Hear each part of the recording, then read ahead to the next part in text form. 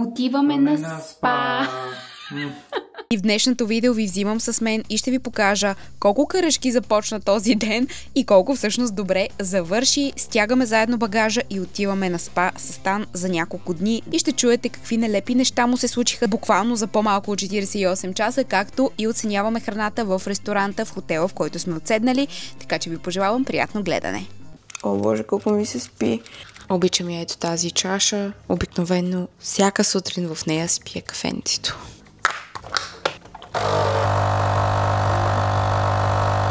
Преди кафенцето, сега ще си сложа водичка с малко лимонче. Това го правя, за да събудя тялото си, за да събудя мозъка си, да събудя всичко. И сега малко изтисквам от лимонче. Оле, това фръкна навсякъде. На здраве! Вижте го какъв сладичък. Добро утро, пиленци! Имате ли какво да ми кажете, освен добро утро? Маймунка.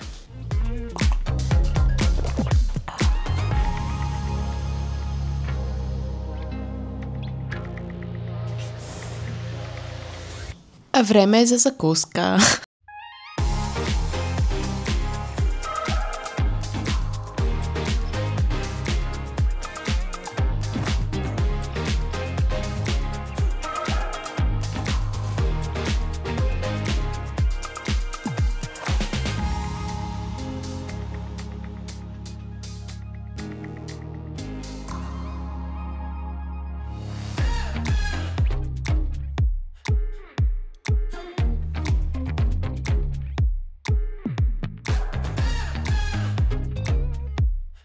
Искам да ви покажа една интересна джаджа, която си бях взела преди всъщност доста време от Джумбо. Става въпрос за ето тези джувачки, които се нанизват ето така на закачалката.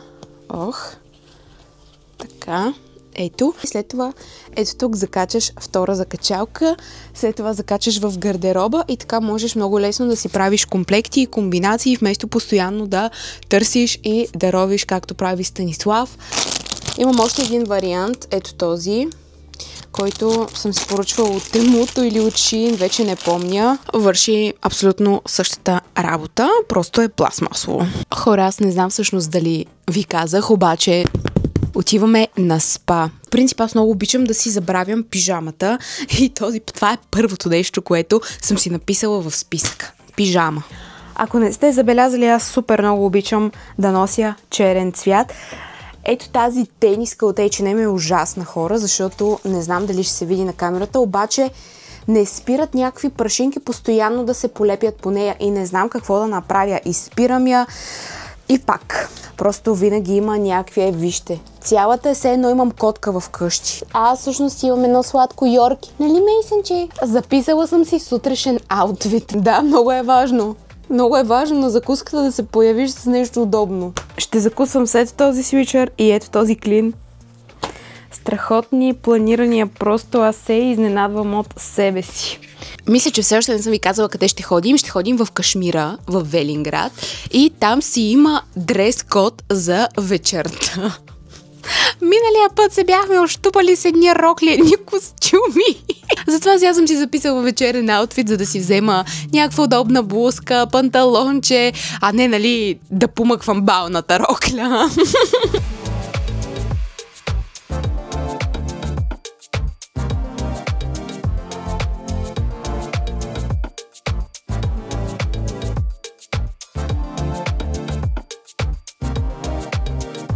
Буквално след 20 минути съм на маникюр.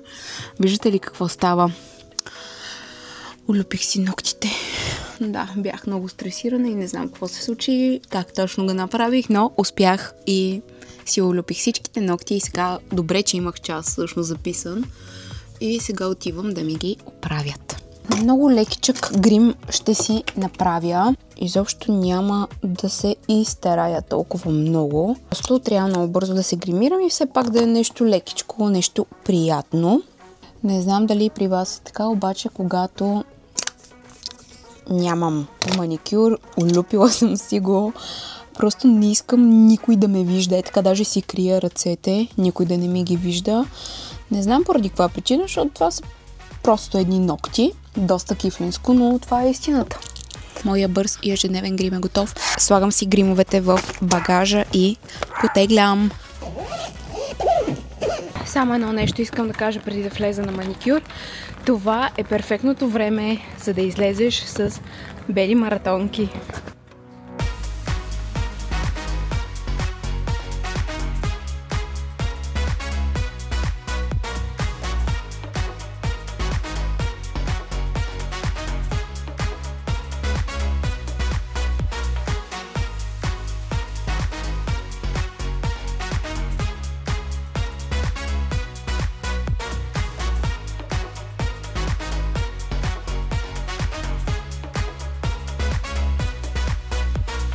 Хора, ето ни е стаичката. Влизам да ви направя един рум тур.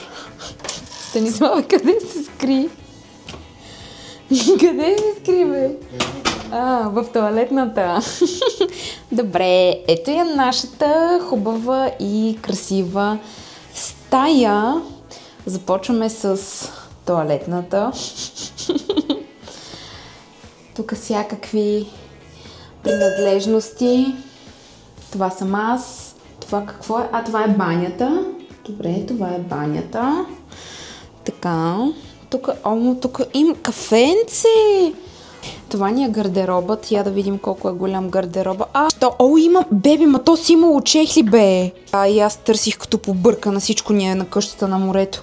Така, хайде продължаваме да видим спалнята. И дали са ни сложили две отделни одеяла, както бях помолила.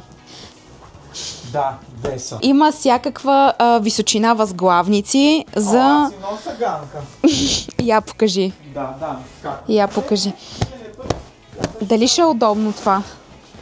Между другото, харесва ли ви стила? Пишете в коментарите. Доста е интересен, но на мен ми идва по-тъмно за моите разбирания. Така. Тъй като миналия път, като бяхме в този хотел, на мен не ми харесаха възглавници, аз не можах да заспа хубаво. Съм си взел моята ганка. Само, че съм си я взел с екстеншените. Имам преди екстеншени. Не, това са моите екстеншени. Те не са вече твои, те са мои. Значи ганката и отдолу имам екстеншени.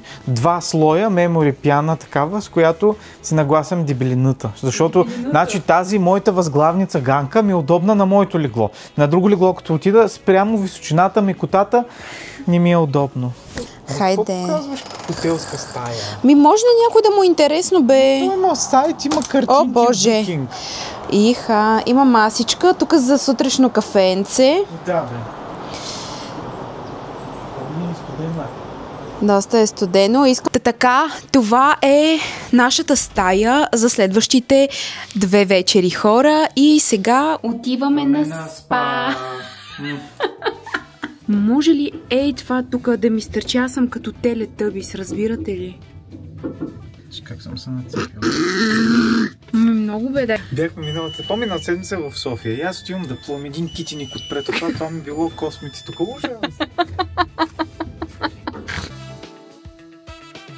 лъхна ма на топло.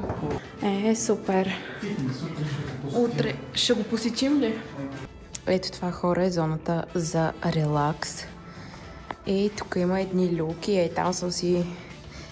Там съм си послала, за да легна. Не може да ги понася. Но за сметка на това сега ще ви покажа къде е той. Ето тези са много удобни. Като легалца.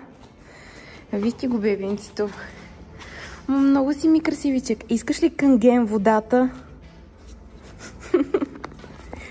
Канген водата, да, пия тук да съм. Това нарочно ли го направи? Не. Той сега е нещастен, защото отвън са ни взели джакузитата. Взели са ни ги, нали така? Няма да казваме нищо. Добре. Айде, отивам аз да се люлям.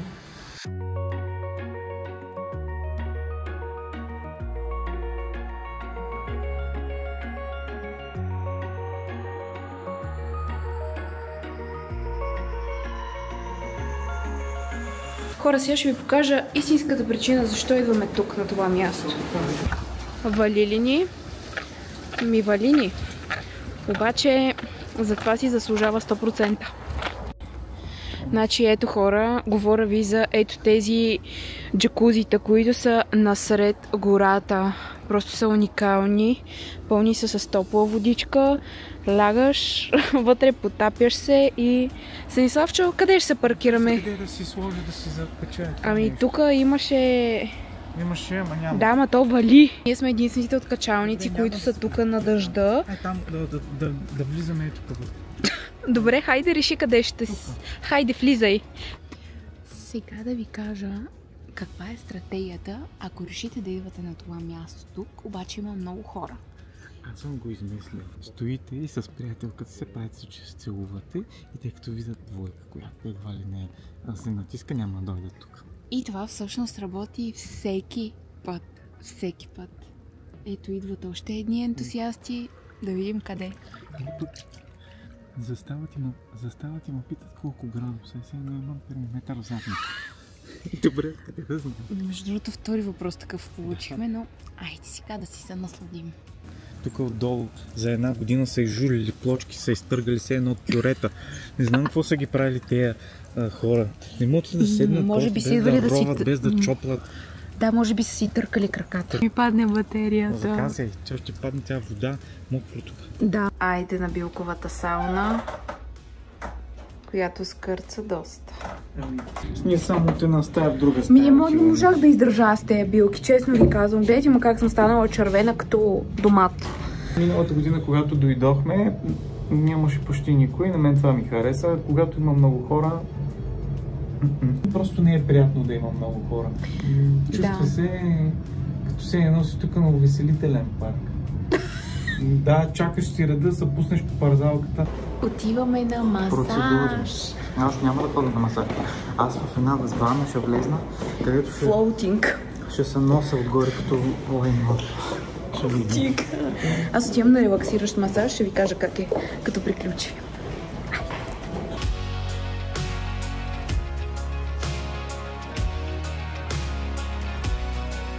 Заспала съм, хора. Този релаксиращ масаж беше просто невероятен. Имах късмета жената, която ми размачка цялото тяло, да има толкова хубави биотоци, че просто не е истина. Аз до сега, честно да ви кажа, не съм ходила на такъв цялостен масаж. Преди съм била само на гръб, обаче той е било преди толкова много време и сега просто се чувствам като преродена и наистина ми е много хубаво. Едно такова полузаспало, лежерно и сега чакам стан. Той е във фитнеса.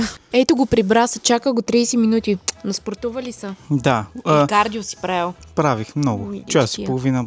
Много се изнервих, хора. Значи аз отидах в тази магнезия във вана и някакви инфлуенсърки, цицисти такива с силикона, ги даваха там как се реят отгоре, плува на повърхността. И аз отидох, накараха ме да сложа едни прашки. И момичето ви каже, настъна, чакай малко, как ще ме гледа така по тия прашки? Не, тя трябваше да излезе да си ги сложиш. Да, и след като си ги сложих, тя ме настаняваше, че не мога да се лепна в една вана. Обясни ми момичето какво трябва да правя. Постоях една минута, изнервих. Сега вика, представете си, че сте в на майката отробата. Маске, как да знам аз как е в на майката отробата? Знаеш кога съм бил там? Помна ли? Какво е било? Вика, отпусни се все едно си в на майка. Аз нямам експириенс, с който да го сравня това. Излезнах от това, той почна да ми щипи на зърната от солта, защото то сол ти, за да стоиш толкова. Си викам не, излезнах от там и отидах да спортувам в фитнеса. Имаш там двама прост народ. Значи бащата говореше по телефона през цялото време. Той нищо не правеше. Клякаше, подскачаше. Сина му е 15 годишно, което правеше уж някакви упражнения, имитираше дейност, само се подхилкваше, само си чатеше на телефона, общо дето стоеше на уредите от единия на другия и ми пречеше аз да си направя нещата. Както и де, махнаха се накрая и сега отидаха в сауната, викат, тамън ще идва в сауната, ти се отпуши носа. Ти си болен и идваш тук да заразяваш другите, ти се отпушил на тебе носа. Селяни! Нямам друго какво да кажа, отивам в джакузито. Не мога с Станислав. Аз живея в тотален цирк всеки ден с него. Много смях. Миличкия ми. Души.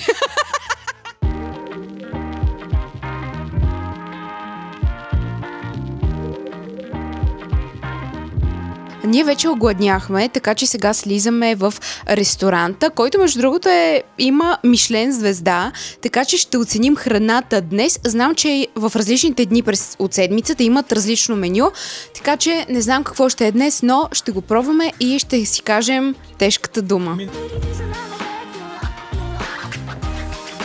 След като салатата вече няма, да ви кажа, че моята оценка е 10 от 10. Беше изключително вкусно и сега ще дам на Стан микрофона, за да каже той какво мисли за неговата.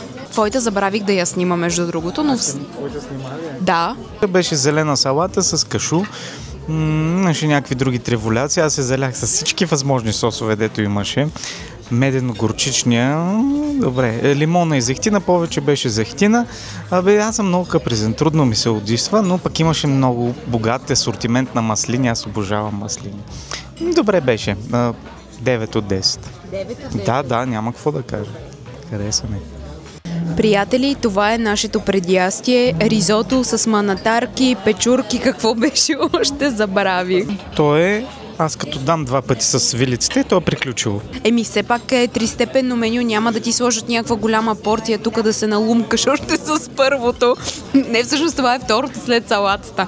Самото ризото е сготвено добре, вкуса не е натрапчив, добър е, умерен е. Аз много не обичам ризото, 7. Как 7 от 10 ще му дадеш на това? Много е добро. 9 от 10, леко ми е безсолно. На мен обаче по-добре да ми е безсолно, отколкото да ми е много солено. Аз не обичам много солено. Много ми харесва. 9 от 10. Представям ви нашето основно ястие. Нямам търпение да дам микрофона на Станислав. Предпочитам да изям микрофона. Това нещо не знам дали въобще ще го ям. С то кокъл. Аз кокъл ли ще глозда? Очаквах пилешко филе с някакъв манджолясал сос. Това въобще не знам. Ето го. Опитва. Първо близва. Не, то не е лошо, но много мразя неща с кокали. Студени са картофите, но аз не харесвам студена храна като цяло. То е с кожата. Да. Сега ще ви кажа как точно се казваше това пиле. Пиле Гастон Жерар. И всъщност гарнитурата ни е с варени картофи с сметана и карамелизиран лук. 5 от 10. 5 от 10 е моята оценка. Станислав би дал 7 от 10. Може би това е най-вълнуващата част от вечерята. Тимири Бартиери. Това е Мериджанам Тариге. Как се казваше? Торта Рафаело. Торта Рафаело с бисквитки Орео по средата. Айде. Първата хапка искам оценка. Много хубаво. 9 от 10. Ето това е моята тортичка. Леле. С френски макарон. Айде, опитвам. 9 от 10. 9 от 10. Но хубаво е, хубаво е. Ти сега ще опиташ и ще видиш, но тортата, която ти правиш, повече ми харесва на мен. Айде.